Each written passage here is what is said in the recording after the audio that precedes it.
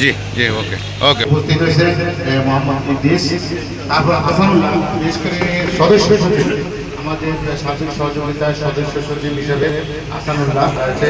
তো এখানে ইসমাইলও সহযোগিতা করেছে অনেকভাবে।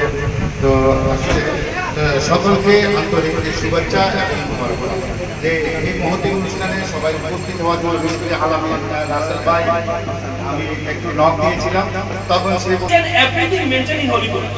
কোরআনে প্রত্যেকটা জিনিস আছে, কিন্তু আমরা কোরআনকে শুধুমাত্র তেলাওয়াতের মধ্যে সীমাবদ্ধ রেখেছি। তোমরা যারা কোরআনে বাকি আছো, তোমরা শুধু কোরআনকে তেলাওয়াতের মধ্যে সীমাবদ্ধ রাখলে হবে না।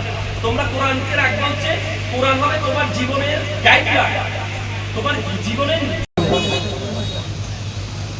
পবিত্র মাহে রমজানের আজকের এই নাজাতের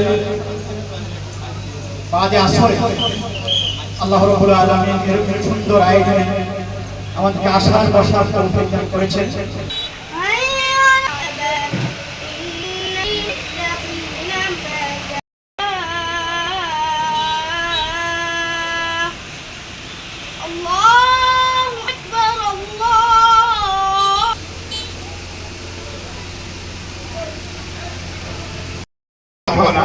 তো ওনাকে আমি খুশি, হ্যাপি।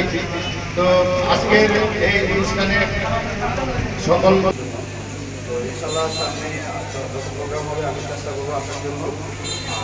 তোমাদের পিতা মাতাকে আমরা দোয়া করব, তারা যে তোমাদের মতো ভালো সন্তান দুনিয়াতে জন্ম দিতে পেরেছেন, তোমরা তাদের মুখ উজ্জ্বল করেছো।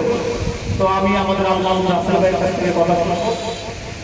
সর্বশেষ যে কথাটি বলবো, চট্টগ্রামের সময় আমাদের সম্মানিত উদ্যোক্তা আমাদের সাংবাদিক আনিসুল রহমান ভাইয়ের যে উদ্যোগ, ইনশাআল্লাহ প্রতি বছর যে উদ্যোগ গ্রহণ করছেন, আগামীতে যে উদ্যোগ তিনি গ্রহণ করেন, আমি ব্যক্তিগতভাবে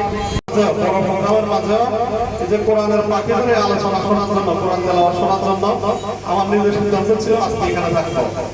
আজকে আমি এখানে যারা উপস্থিত রয়েছেন সকলে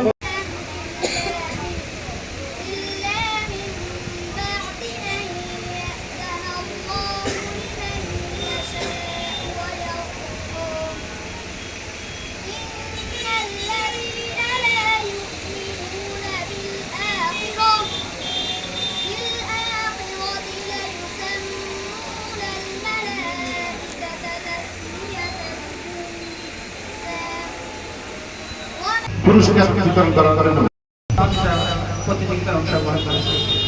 আলহামদুলিল্লাহ, আমরা চাই এরকম ভাবে প্রতি বছর আমাদের এই প্রোগ্রাম চালু থাকুক, যাতে আমরা বাচ্চাদেরকে উৎসাহিত করতে পারি এবং এই কোরআনের চর্চা যেন প্রত্যেক ঘরে ঘরে এরকম ভাবে চালু থাকে।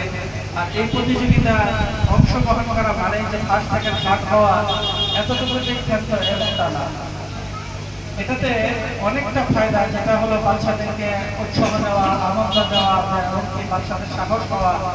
এটা বাচ্চাদের জন্য অনেকটা ফায়দা, প্রতিষ্ঠানের জন্য অনেকটা ফায়দা। আমরা চাই যে এই আজকে যে অনুষ্ঠান যারা পরিচালনা করতেছেন তাদেরকে আসসালামু